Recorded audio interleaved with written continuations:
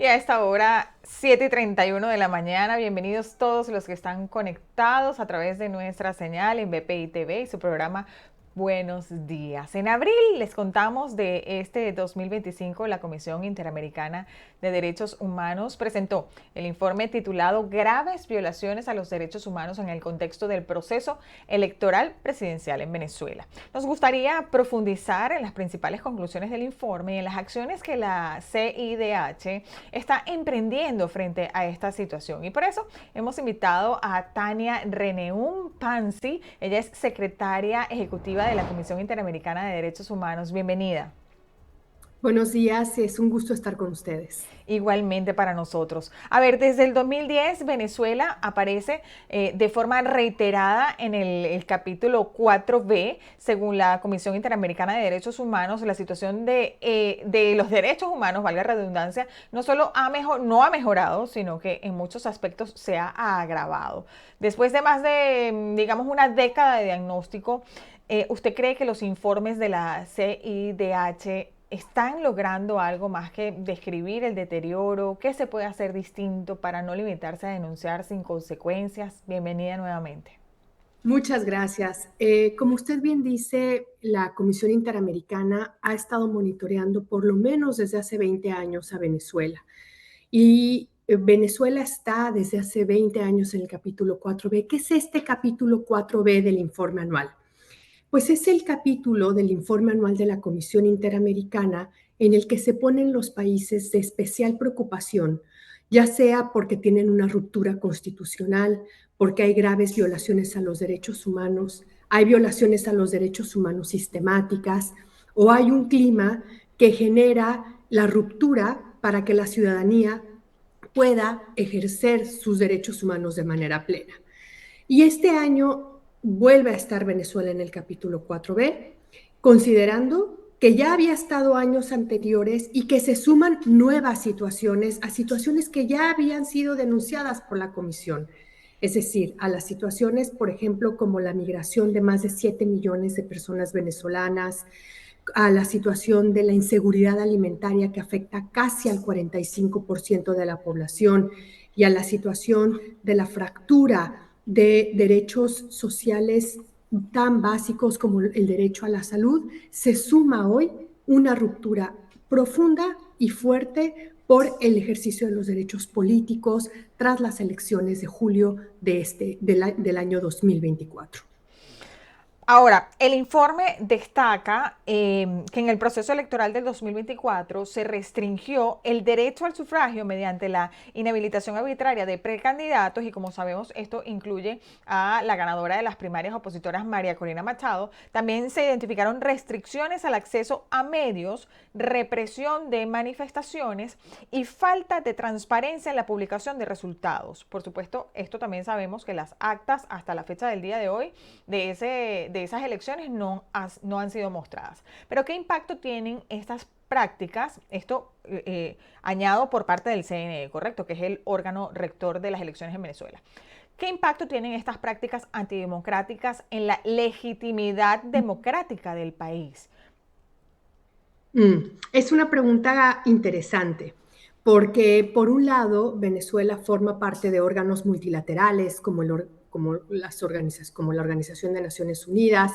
En la OEA hay una situación jurídica de no darle una legitimidad absoluta al presidente Nicolás Maduro, pero lo que es muy interesante es el efecto que eso tiene en la población.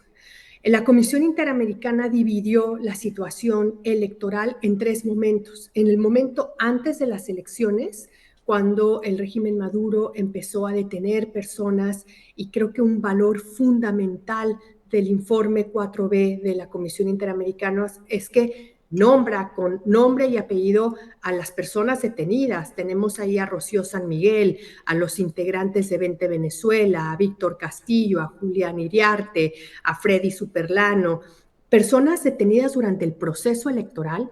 Luego hay, en el momento del proceso electoral, hay situaciones que marcan una opacidad en el proceso, como por ejemplo el hecho que las personas venezolanas en el exterior no pudieran votar, que el voto electrónico no se pudiera desglosar por mesas de votación, por ciudad y por provincia. Y el tema de las personas venezolanas que no pueden votar en el exterior no es una cosa menor, considerando que más de 7 millones de personas venezolanas han migrado y que probablemente algunas organizaciones de la sociedad civil han considerado que aproximadamente 5 millones pueden estar sujetas a la posibilidad de votar. Pero luego hay una tercera fase que la Comisión Interamericana le llama una situación de terrorismo de Estado, cuando tras las elecciones el Estado comienza a hacer detenciones de personas, reprime violentamente las más de 300 manifestaciones que ocurrieron en Venezuela tras el proceso electoral y después desaparece forzadamente, aunque sea desapariciones forzadas de corta duración, a personas vinculadas a los derechos humanos, a personas vinculadas a los medios de comunicación. Y respecto a las personas vinculadas con medios de comunicación, vemos y pudimos observar, por ejemplo, que los medios de comunicación no tenían un acceso directo, que se les restringía el acceso para cubrir las manifestaciones, que se detuvieron a periodistas, que en ocasiones, aún después del proceso electoral y pasadas las manifestaciones, siguen ocurriendo amenazas concretas a periodistas y a personas defensoras de derechos humanos, y ese fue el caso de la detención en el mes de enero de Carlos Correa y la reciente situación que está pasando Eduardo Torres de Provea. Eduardo Torres, que no se sabe su paradero desde el viernes pasado, y probablemente estamos frente a una posible desaparición forzada. Claro, y esto sigue ocurriendo y la represión, por supuesto, en Venezuela continúa con estas detenciones, estas desapariciones forzadas, pero ¿qué pasa? Porque esto se ha vuelto más sistemático, cada vez está más, digamos, digitalizado y orientado a desarticular redes ciudadanas, como por ejemplo el caso de Eduardo Torres, ¿no? Recientemente que acabamos también de dar la información. Incluso organizaciones internacionales han sido expulsadas o perseguidas de Venezuela. ¿Tiene la Comisión Interamericana de Derechos Humanos la capacidad de protección real para estas personas que son perseguidas por motivos políticos en Venezuela? Porque ¿qué pasa La, cuando las medidas cautelares no son acatadas? la Comisión Interamericana ha tenido una actividad muy fuerte con las medidas cautelares en 2024 respecto a Venezuela. Tan solo en 2024 se otorgaron 22 medidas cautelares y se ampliaron y dieron seguimiento a 7 medidas cautelares que ya estaban previamente otorgadas. Ahora bien, la Comisión Interamericana de Derechos Humanos no tiene un diálogo con el Estado de Venezuela. Y eso dificulta profundamente saber el cumplimiento de las medidas cautelares. Claro. Tenemos indicios muy claros que las medidas cautelares no se están cumpliendo, aunque dan un claro mensaje de protección internacional para las personas que son beneficiadas de ellas. Y nosotras creemos, francamente, que lo que hace el capítulo 4B en esta ocasión, al nombrar a las personas desaparecidas, al nombrar a las personas detenidas y al nombrar a las personas que murieron durante las protestas sociales, es generar una memoria a largo plazo para procesos de justicia transicional. Es decir, el trabajo de la Comisión hoy, por las condiciones que hay de relación entre la Comisión Interamericana y el Estado de Venezuela, no es inmediato, pero sí creemos que generamos procesos de memoria, de verdad y de justicia para el futuro. Sí Sí, creemos que documentar año con año hace que se recuerde a las víctimas que hoy se mencionan con nombre y apellido en el capítulo 4B. sí, y usted mencionaba que no tienen comunicación directa con el Estado venezolano, y es que ustedes han activado desde la Comisión Interamericana de Derechos Humanos, por supuesto, una sala especializada para Venezuela que se llama SACROI, ¿correcto? Que es la Sala de Coordinación y Respuesta Oportuna Integrada, con el objetivo de dar respuesta ágil y coordinada a estas violaciones. Pero esto no ha sido autorizado para entrar en el país desde el año 2002. Siendo Eso sí. así, ¿cómo se puede responder oportunamente a una crisis de derechos humanos como la que atraviesa Venezuela cuando no hay presencia en el terreno? El Estado bloquea cualquier acceso a esto, porque esto no se puede operar desde la distancia, digamos. Está usted totalmente en lo cierto. Y yo pienso que hay tres formas en las que se puede operar de esta manera. La primera es gracias a la información que nos dan personas y organizaciones de la sociedad civil que están en el terreno y que nos permite, gracias a esa información valiosa, poder tener un recuento de lo que hoy pasa en Venezuela y poderlo hacer público. La segunda manera es hacer interacción con con la Organización de Naciones Unidas. Constantemente tenemos reuniones con la ONU, con diferentes mecanismos de la Organización de Naciones Unidas, con quienes intercambiamos la información y las preocupaciones. Y la tercera manera es hacer diplomacia preventiva o diplomacia con aquellos estados con los que Venezuela tiene una relación, ya sea comercial o política, y comentarles las preocupaciones que estamos viendo. La Comisión Interamericana, en este estado de situación de relación diplomática con el Estado de Venezuela, lo que hace es documentar, mantener viva la memoria y mantener una fehaciente información sobre lo que está pasando hoy en el terreno. La Comisión Interamericana hace un estudio y hace un análisis longitudinal de la situación. Nosotras sabíamos que lo que pasaría en julio tras las elecciones era muy probable que ocurriera incluso antes, porque venimos monitoreando Venezuela con intensidad gracias a esa SACROI que usted menciona. Pero en la vida práctica y cotidiana, el impacto es ese, el de preservar la memoria, el de nombrar a las víctimas y el de generar condiciones para procesos de justicia transicional en el futuro. Sí, el informe también insiste en que la comunidad internacional debe seguir ejerciendo presión, mantener el monitoreo y apoyar mecanismos multilaterales, ¿no? Sin embargo, muchos actores temen que la situación se haya normalizado en la diplomacia regional. ¿Usted cree que esto ha bajado la guardia frente a la crisis venezolana? Porque ¿cómo hace la Comisión Interamericana para evitar que la voz de estos denunciantes se diluya, por supuesto, en medio del agotamiento diplomático o del pragmatismo político? Y también cómo evitar que se diluya en un contexto en el que la crisis es muy larga. Sí. La crisis ha tenido muchos años, ¿no? Y hemos documentado desde el colapso del sistema de la salud, los flujos migratorios, hemos documentado la seguridad alimentaria, hemos documentado la fractura y el hiperpresidencialismo y la influencia de un presidente que no permite la independencia de otros poderes del Estado.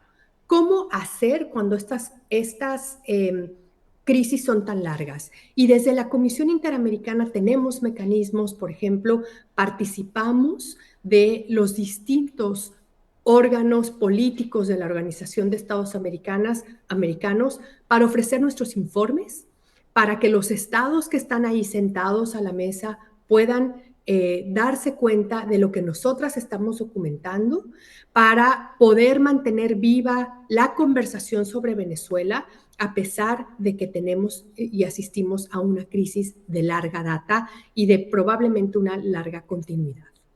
Ahora, la Comisión Interamericana de Derechos Humanos ha cumplido, sabemos, un rol clave en la documentación de estos patrones represivos y en la construcción de archivos públicos que podrían servir como insumos para la justicia transnacional o futura justicia en Venezuela, ¿no? ¿Hasta qué punto se está pensando el trabajo de la Comisión Interamericana de Derechos Humanos como una especie de memoria jurídica que pueda servir cuando el poder político cambie? Ustedes trabajan con una perspectiva de justicia diferida, podríamos decirlo. Bueno, trabajamos con dos perspectivas, con la justicia inmediata mediante las medidas cautelares, que infortunadamente no les podemos dar seguimiento con una interacción con el Estado, y trabajamos también creando memoria.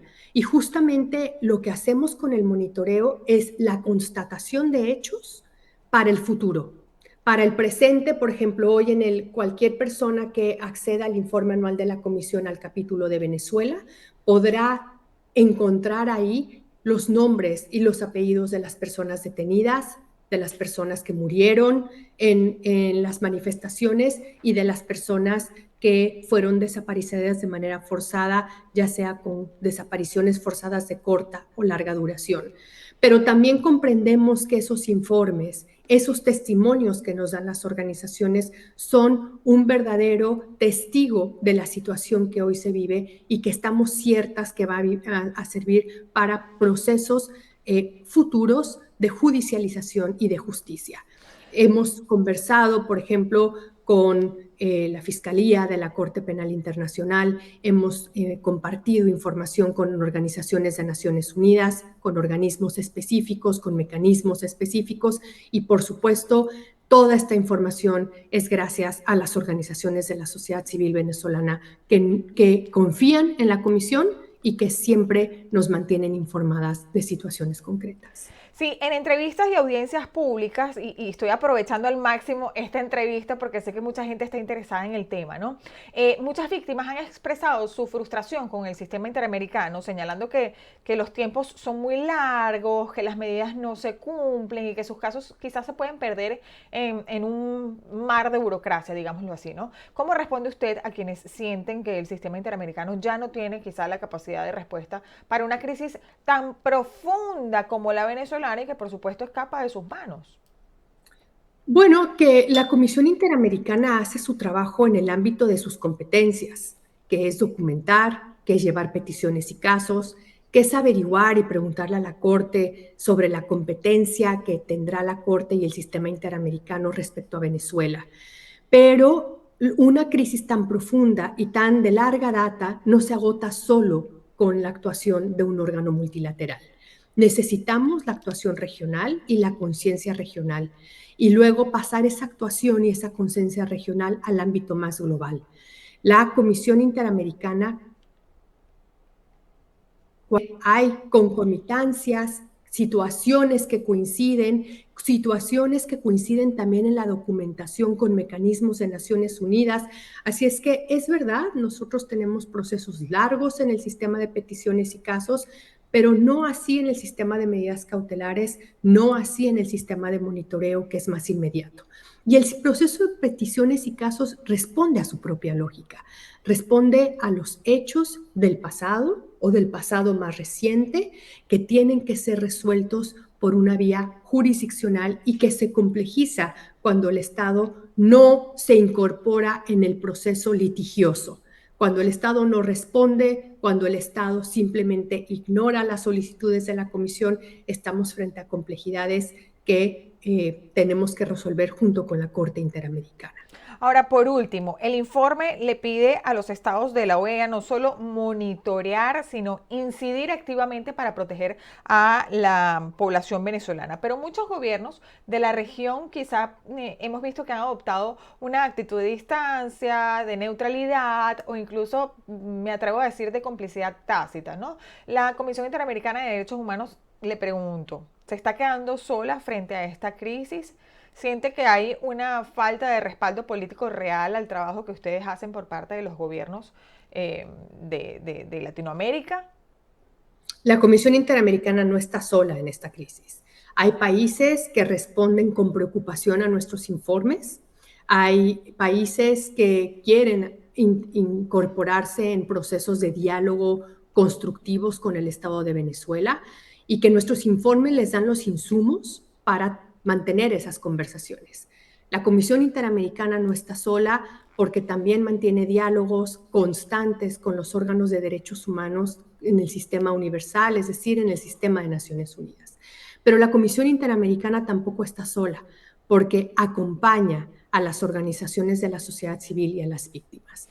Y nunca se ha pensado que los procesos de acompañar a víctimas y procesos de acompañar a la justicia transicional, a la verdad y a la justicia son procesos cortos, son procesos profundamente complejos, son procesos largos y son procesos en los que la Comisión Interamericana se mantendrá con convicción, con rigor metodológico y con rigor ético respecto a la relación que tenemos con las víctimas de violaciones a derechos humanos. Secretaria Pansi, le agradezco mucho esta conversación. El trabajo de la Comisión Interamericana de Derechos Humanos es vital, no solo para documentar lo que ocurre en Venezuela, sino también para seguir exigiendo garantías concretas para las personas cuyos derechos son vulnerados, incluso en este momento, cuando estamos hablando, ¿no? Gracias por su compromiso y por acompañarnos el día de hoy.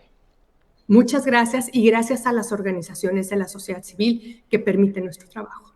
Muchísimas gracias. Era Tania Reón Pansi, secretaria ejecutiva de la Comisión Interamericana de Derechos Humanos. Ustedes no se aparten, que ya venimos con más de su programa Buenos Días por BPI TV.